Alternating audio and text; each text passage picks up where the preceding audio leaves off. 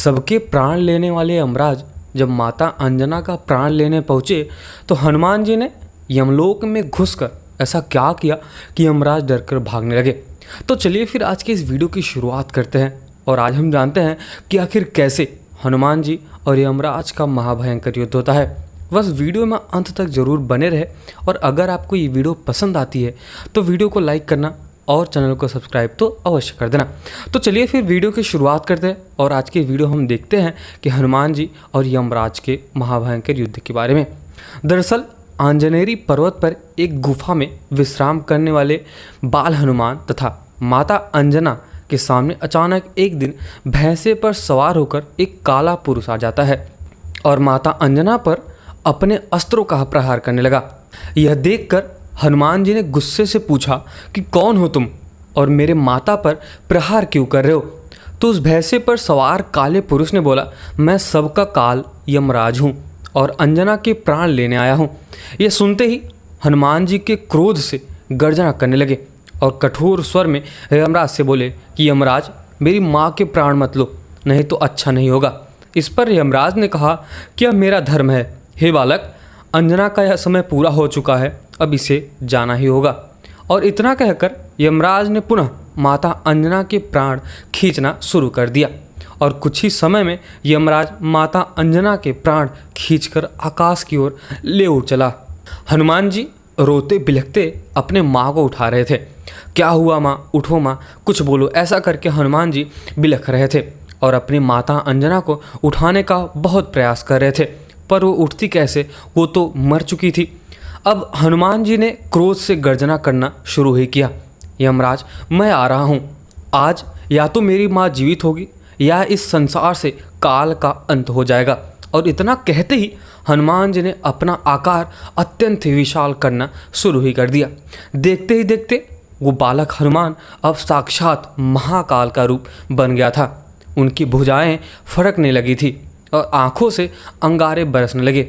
उनके शरीर का तेज इतना भयावक था, इतना भयानक था कि हजारों सूर्य भी फीके पड़ जाए। हनुमान जी ने ऐसी भीषण गर्जना की कि ब्रह्मांड भी काँप उठा और अगले ही पल हनुमान जी ने धरती पर ऐसी छलांग लगाई कि आकाश का सीना ही फट गया। हनुमान जी अत्यंत ही क्रोधित मुद्रा में तीव्र गति से यमलोक की तरफ जा रहे थे। इससे सभी देवता देखकर भयभीत होकर इधर उधर छुपने लगे कि यमलोक में मानो प्रलय सा छा गया। यमलोक में चारों ओर उथल पुथल मच गया। सभी यमलोकवासी डर से इधर उधर भागने लगे और तभी दो यमदूत भय से कांपते हुए यमराज के पास आते हैं और बोलते हैं कि हे महाराज, हमारी रक्षा करें, द्वार पर कोई वानर आया है और उसकी गर्जना से यमलोक में प्रलय का माहौल बन गया है। इस पर यमराज ने कहा कि उस हनुमान का ये दुस्साहस, मैं आज ही उसका भी अंत कर दूंगा, तुम लोग चिंता मत करो। और क्रोध से गर्जना करते हुए यमराज अपने महेश भैंसों पर सवार होकर हनुमान जी से युद्ध करने के लिए चल दिए। हनुमान जी के सामने आते ही यमराज ने कहा कि मूर्ख वानर, तुम काल को चुनौती दे रहे हो, मृत्यु ही सत्य है, इसे कोई नहीं बदल सकता। अच्छा यही होगा कि तुम वापस लौट जाओ। यह सुनते ही हनुमान जी का संशय टूट पड़ा और उन्होंने गरजते हुए कहा कि मैं अंतिम चेतावनी दे रहा हूँ, मेरी माँ के प्राण वापस कर दो, अन्यथा मेरे साथ युद्ध करने के लिए तैयार हो जाओ। यह सुनते ही यमराज ने ठहाके मारकर हंसने लगे। अंजना के प्राण भूल जाओ वानर, पर अगर तुम यही चाहते हो और यहाँ से नहीं भागना चाहते तो मैं तुम्हारे ही प्राण अवश्य ले लूँगा। यह सुनते ही हनुमान जी ने अपनी गदा उठाई और फिर शुरू हुआ हनुमान और यमराज के बीच महाप्रलयकाली युद्ध, जिसका आप सभी को ही इंतजार था। यमराज ने अपने सैनिकों यमदूतों को आदेश दिया कि बंदी बना लो इस वानर को, और देखते ही देखते भयानक चेहरे वाले हाथी, घोड़े, पाश, सभी जितने भी यमदूत थे वो सब हनुमान जी पर टूट पड़े। पर उन मासूम यमदूतों को शायद ये नहीं पता था कि हनुमान जी पर आक्रमण करके कितनी बड़ी भूल कर रहे हैं। हनुमान जी ने क्रोध से गर्जना करते हुए अपना रूप विशाल किया और यमदूतों की सेना पर काल बनकर टूट पड़े।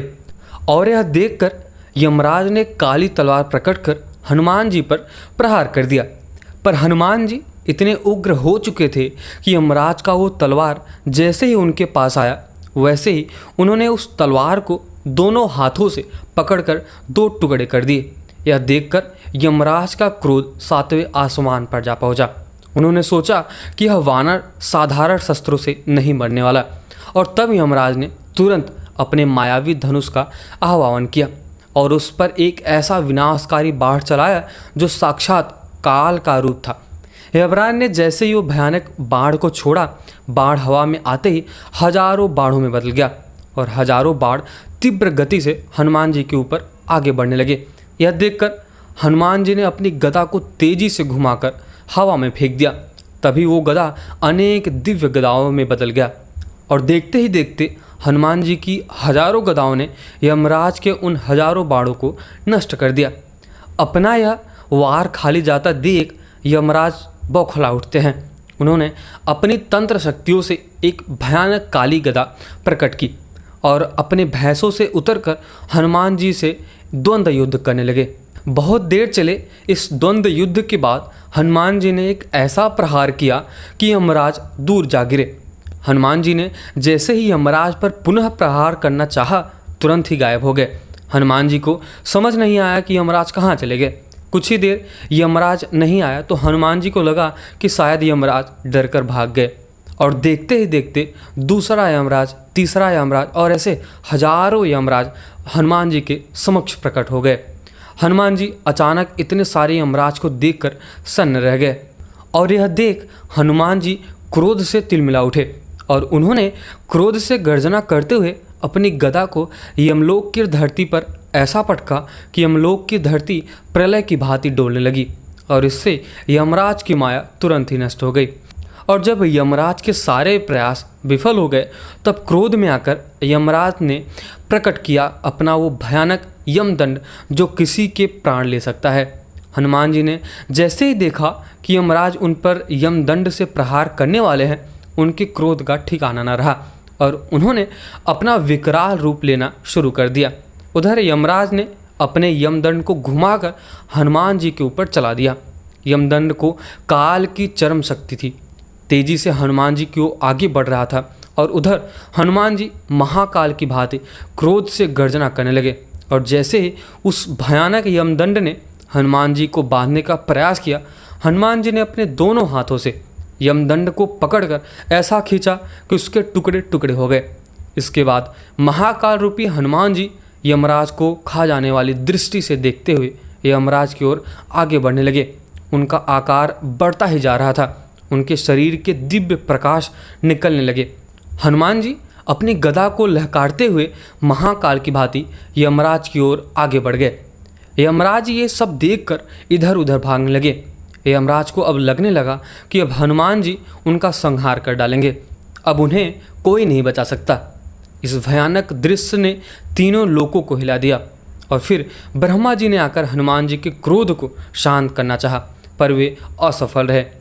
इतने उग्र हनुमान जी ने गर्जना करते हुए अपनी अंतिम घोषणा की, मुझे मेरी माँ को दे दो, नहीं तो आज यमराज का अंत ही निश्चित हो जाएगा।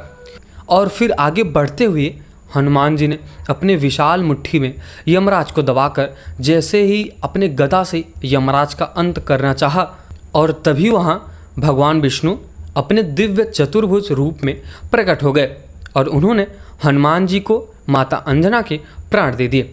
हनुमान जी ने तीव्र गति से माता अंजना के पास आकर जैसे ही उनके प्राण को छोड़ा, माता अंजना जीवित हो उठी और कहा, हनुमान।